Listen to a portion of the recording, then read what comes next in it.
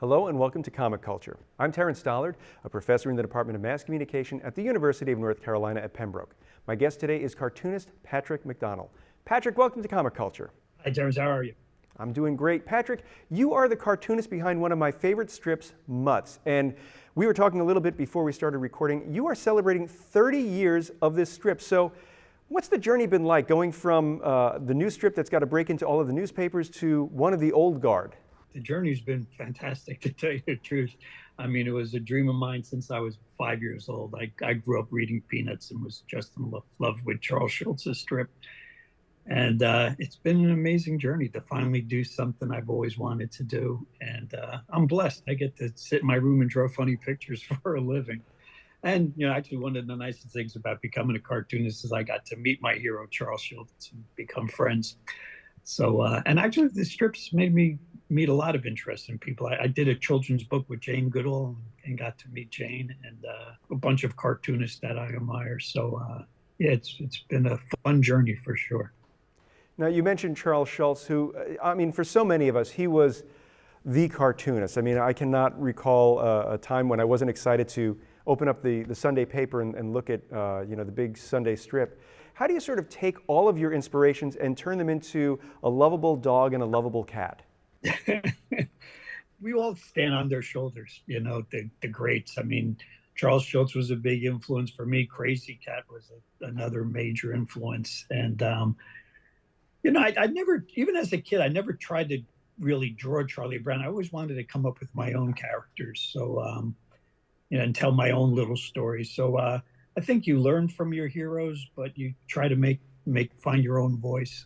And for me, it was, I loved Snoopy as a kid and always wanted a dog and didn't get a dog until pretty later in life. And my dog Earl, a Jack Russell Terrier, was the inspiration for the strip. It's fascinating how your pet became the inspiration for Earl. And what about Mooch, the cat who's got that little bit of a lisp and the little pink shock? Yeah, it's funny. When I started this strip, it really was kind of autobiographical. Ozzy was kind of me, the man who owns Earl, and Earl was my own dog. And in my sketchbook, I said, it might be fun if there was a little cat next door. And I thought that might be good for like maybe 2 weeks worth of jokes. But just the way cats are, they come into your life and take over. So Mooch, I ended up thinking I was doing a dog strip, and it soon became a dog and cat strip. And with Mooch's personality, it soon became a cat and dog strip. And it's funny, you talk about the shoulders of giants that you stand on, and the one thing about your art style is that it is reminiscent of like a Crazy Cat or those early newspaper strips. So were you a scholar of the newspaper strip that helped inspire or influence the way that you chose to draw, or was it just, again, this organic thing that's just that pastiche of everything that's come before you, coming through you? Yeah, I think it was mostly organic, but I mean, obviously you're influenced by the things you look at. And what always appealed to me with the earlier strips, there was just like a real looseness to them and a little scratchy, very sketchy looking. And that just appeals to me. I mean, somewhere in the 60s and the 70s, comic strips got very mechanical looking. And it's a fine look. I mean, people love it. And I think it's fine, but it just doesn't appeal to me as much as the more loosey, sketchy drawings. So Crazy Cat, Seagar's Popeye, those strips really appeal to me. And in particular, I was just always amazed. I mean, my first memory was one of my first memories as a kid was looking at my mom's Pogo collections and Jules Pfeiffer's work. And I was, even as a little kid, I was just amazed how alive those little drawings looked on the page, that the characters really seemed to be alive. So that's always been the magic of cartooning for me. And more important to me than how well you draw is how alive do the characters feel on the page. And that has nothing to do with anatomy or drawing correctly. It just has to do with some energy you can put on the page, and it comes out there on the page. So my favorite cartoonists all have that, where the characters just seem to be living on the page. When I look at the drawings that you have, and I'm thinking of a strip a few weeks back where Mooch is taking a bird south, he's walking him south, and there's just a sweetness to it, but there is that sort of frenetic looseness to your line work. Are you pen and ink? Are you brush and ink? Or have you gone digital? No, I'm I'm a Luddite. I'm not digital at all. I still dip a pen into a bottle of ink. Yeah, I actually I use a fountain pen, but I don't use it as a fountain pen. I dip it into a bottle of ink, and boy, there's nothing like the feeling of the ink on the page, and it's a liquid medium, so you really feel the flow of things when you do it that way. And are you the type of creator? I know that John Rose from Snuffy Smith might write down in a notebook an idea for a gag, and then a few weeks later he might sit down and refine it and then start drawing it. Are you someone who is going to have an idea for a gag and maybe write it out, or are you somebody who's looking at that page and saying, oh, this is what's revealing itself to me? It's changed over the years. When you do something for 30 years, your work habits change, or at least mine do. Nowadays, if the weather's nice, I sit in a park near my house with a notebook, and I try to sit there until I have at least 2 weeks worth of mud strips. And it's, when you do it, it has a lot to do with faith. You just stay open to the universe and hope ideas come. And somehow they come. You get into a zone. It's a lot like, I think, athletes who, get in the zone and can just do what they have to do. So for me, I try to get in that zone, and it's a cliche, but the characters write themselves sometime. If I think of a topic and then have Mooch, like say anything, Mooch with a football, and then you just start thinking, what would Mooch do with a football? And the ideas start coming to you. And another thing that really sums up these characters is their body language. I'm thinking of Mooch and his little bent tail. Is this something that just organically came about, or were you thinking, well, it'd be nice to put this little element in there? And sort of how do those little physical, I guess the acting bits, influence the words that you might put to it? That's a great question. I doing a comic strip, I think, is a lot like a play, with the theater. You have your dialogue, but then you have your actors, and my characters are my actors, and it's their expressions and their body language that are going to help sell your gag. Just the way an actor helps the playwright tell the story, and I think that's so important. So a bent tail, the way an ear might go up, all those little body languages things really help tell the character's mood and what the dialogue is. I just wrote an introduction for Peanuts' 75th anniversary. A book's going to come out next year for Charles Schulz's 75th anniversary of Peanuts. And in that introduction, I talk a lot about Schulz was the greatest at it. Go really study Peanut strips and see how the hand movements of the characters and the facial expressions and just the body language of the Peanuts characters are amazing. And again, it goes back to what I said, how it's magic that you could, with a few dots and a couple of squiggle lines, that you could convey so much emotion. But that's important. When I do the strip, their body language and how they tell the story is like the most important thing when you're drawing.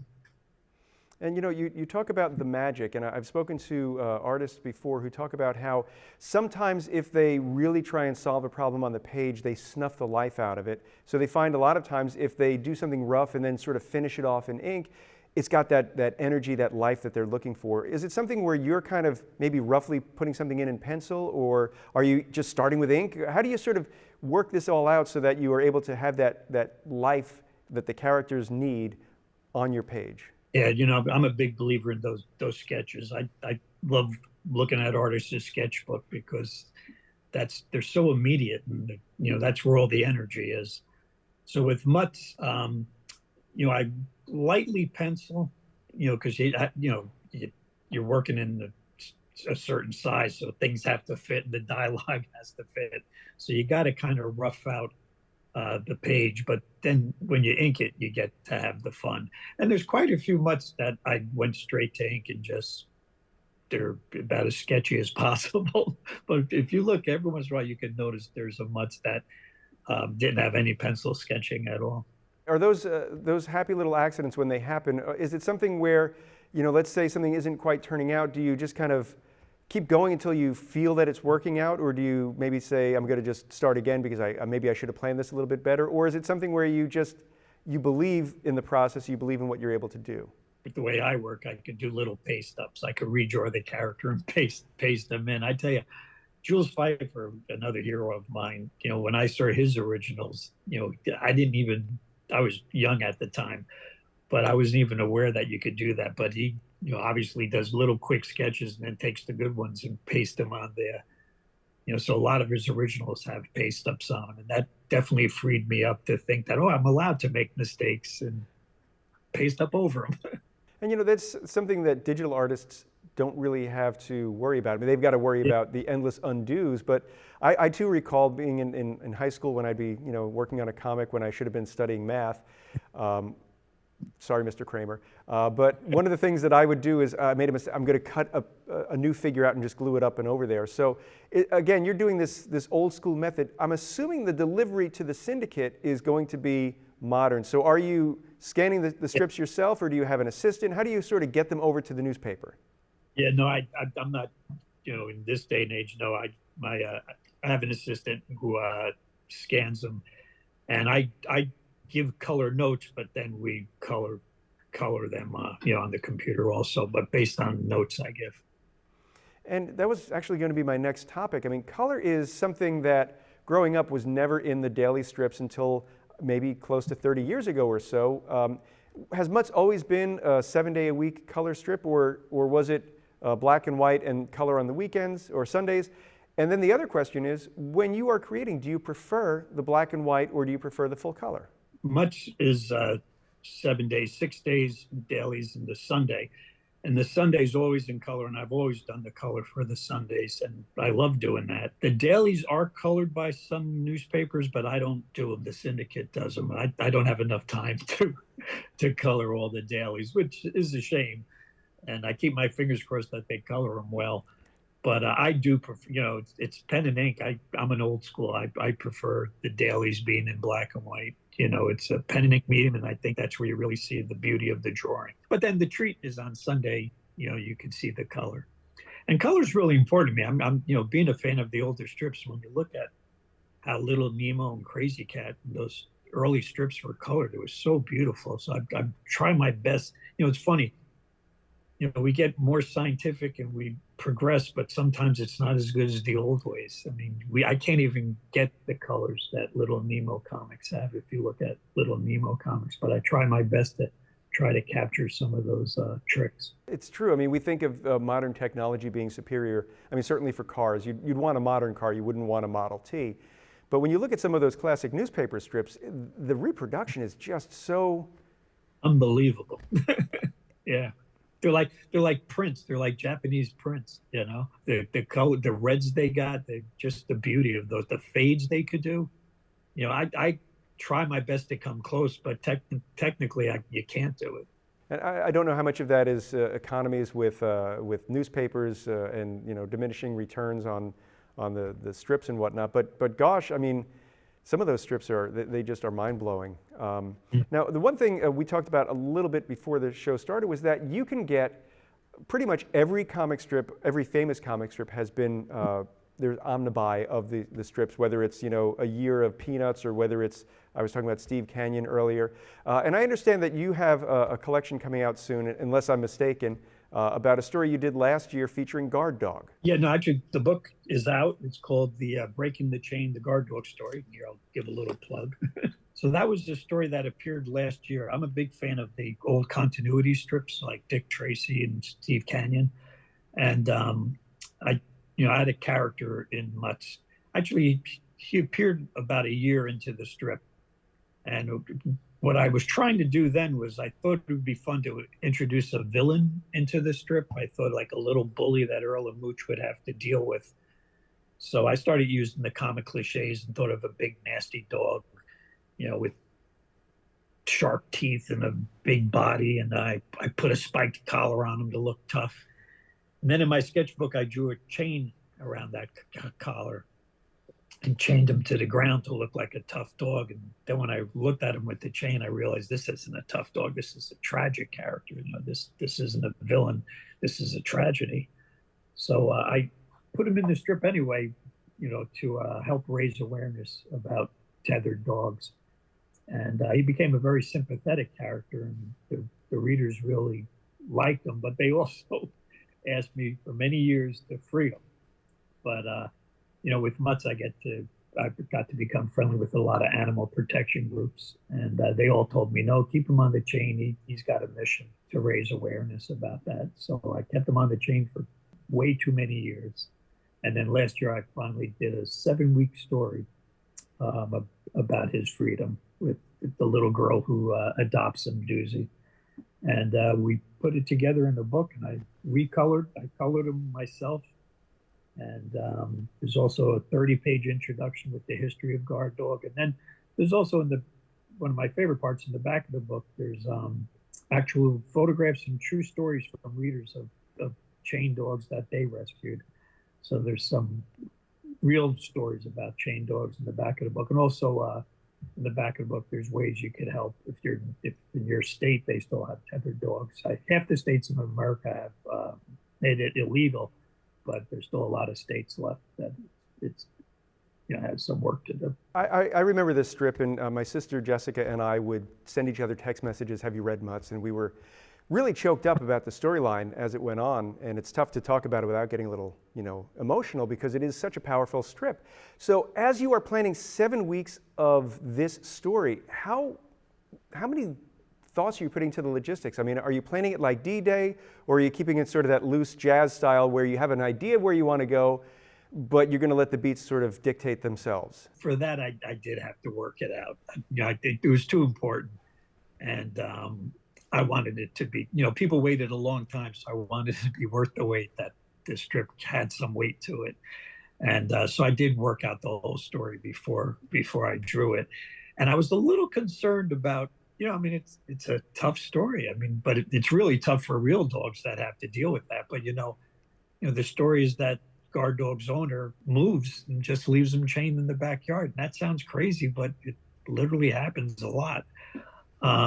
So part of the story was him in his backyard with, wondering what's going to happen to him and, suffering. And I did think, I said, well, I hope this isn't too tough. But I figured, real dogs have to deal with that. So that's going to be the story. And, what was really interesting for me, being a fan of comic strips for so long, it's such an interesting, in this day and age, way to tell a story.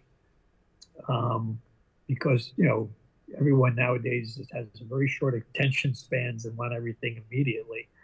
But when you tell a story in a daily comic strip, people had to wait 24 hours for 3 more panels, and then another 24 hours for 3 more panels. So, even though, in real time, guard dog was in that backyard for like 2 weeks, for the people reading it. So I think it really got the readers emotionally involved, and people on our website with and Instagram and Facebook were really, following it and hoping that everything was going to be okay. So it was an interesting way to tell a story, because I think people really got involved with it. As you're working on a story that is that heavy, you said it was a balancing act. So how do you sort of find the lighter moments that you can put in so that you have the impact that you want, but not so that it becomes so overwhelming? And you did sort of, thread that needle quite brilliantly, but, how do you sort of think about how you're going to maybe give us a chance to catch our breath once you hit us with something that's really powerful? Well, you knew at some point after he was in his backyard, Earl and Mooch show up. And even though they didn't have the power to save him, I think just them being there and talking to him kind of helped the readers know that there's some hope that things are going to come okay. And,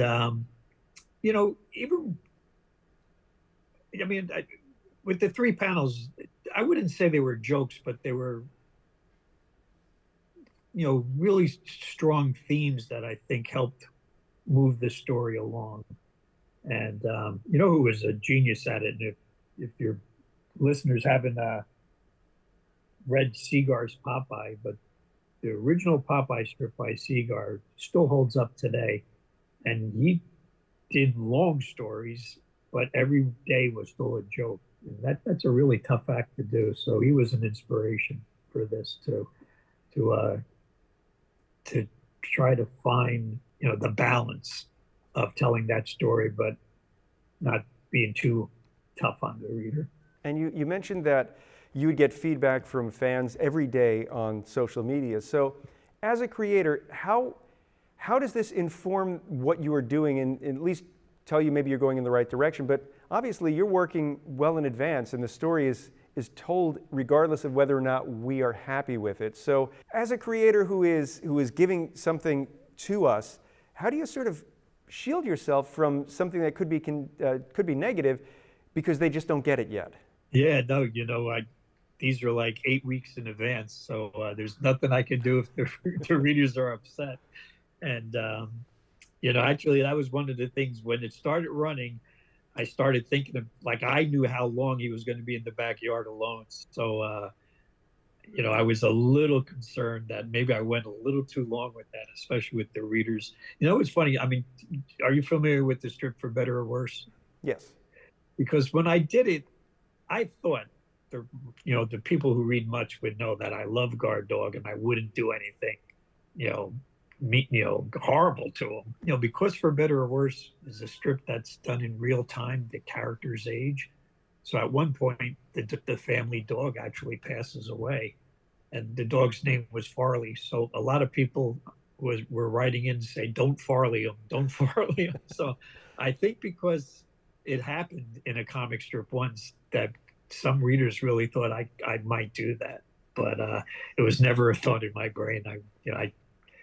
I wanted him to finally have a loving home and have Doozy become, his dog for Doozy. It's funny. To this day, I'm still upset with April for letting falling into that river. Lynn Johnston, just brilliant, and that's again one of those strips that I don't think gets as much credit for being as brilliant as it is.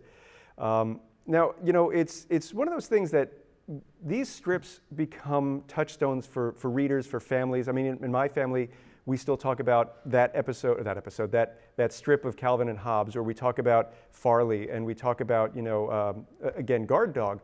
So, as you are hearing back from fans, are you hearing people who might say something along the lines that, my family and I still talk about, we have got this one on our fridge. Oh, there's, my son's got a tattoo. That's why comic strips are such a special medium. The characters do become friends and families. I mean, that's how I feel about my favorite strips. I mean, Peanuts, you lived with Snoopy. I mean, Snoopy was my first dog. I waited years to get a dog, but I felt like I had Snoopy. And, that makes it a really special medium. People usually read them first thing in the morning. It goes on for years. I mean, 30 years for Mutts. So, and because of that, I feel like I can tell important animal issue stories like a tethered dog in the backyard, because it's more like a family around the breakfast table conversation. People are more open to listen to it because it's coming from friends and family. So I think it's a very special medium. I don't know if too many mediums can do that, where you feel like you lived with them so long that they're part of you. One of the things that Mutts has done throughout its entire run, as far as I know, is you have had shelter stories, and every few months you'll have like Chick and P will come up and tell you their story and sort of encourage people to adopt. So you mentioned that you have a lot of animal rights groups that come in contact with you. Are they reaching out with stories that they can, tell you that you can put into a strip that may help an animal down the road? I was on the board of the Humane Society for many years, and I've heard so many tough stories, and a lot of those, I've put into the strip. And, again, I've got to get to be friends with Jane Goodall, and, I've done strips about her and the work she does. And, it started out with the shelter stories. I thought Earl and Mooch had loving homes, but I thought of all the dogs and cats in shelters wanting that. So I started that 2 weeks every year. I started the shelter stories, and then I expanded it. Everybody loves their dogs and cats, but I wanted that compassion and empathy to be felt for all animals. I've done animals in Africa, and I've done factory farm animals. Just trying to, spread a little compassion and empathy with Mutts. I feel like that's the reason I'm here. Well, Patrick, they are telling us that we are just about out of time. If the folks watching at home wanted to find out more about you and your work, is there a place on the web that they can go to? Yeah, Mutts.com. You can learn everything there. And yeah, the new book, Breaking the Chain. And also, I do superhero paintings, and I'm having a show in Princeton, New Jersey. So if you look at the Art Council of Princeton, starting in November, there'll be there's a gallery of my big superhero paintings, and then there's a downstairs gallery that will have prints of the guard dog story. So if you're in Princeton, New Jersey in November, stop by. Well, Patrick, thank you so much for taking time out of your schedule to talk with me today. It's been a great half hour. Oh, thank you. It's been fun. I can't believe it went by so fast. I'd like to thank everyone at home for watching Comic Culture. We will see you again soon.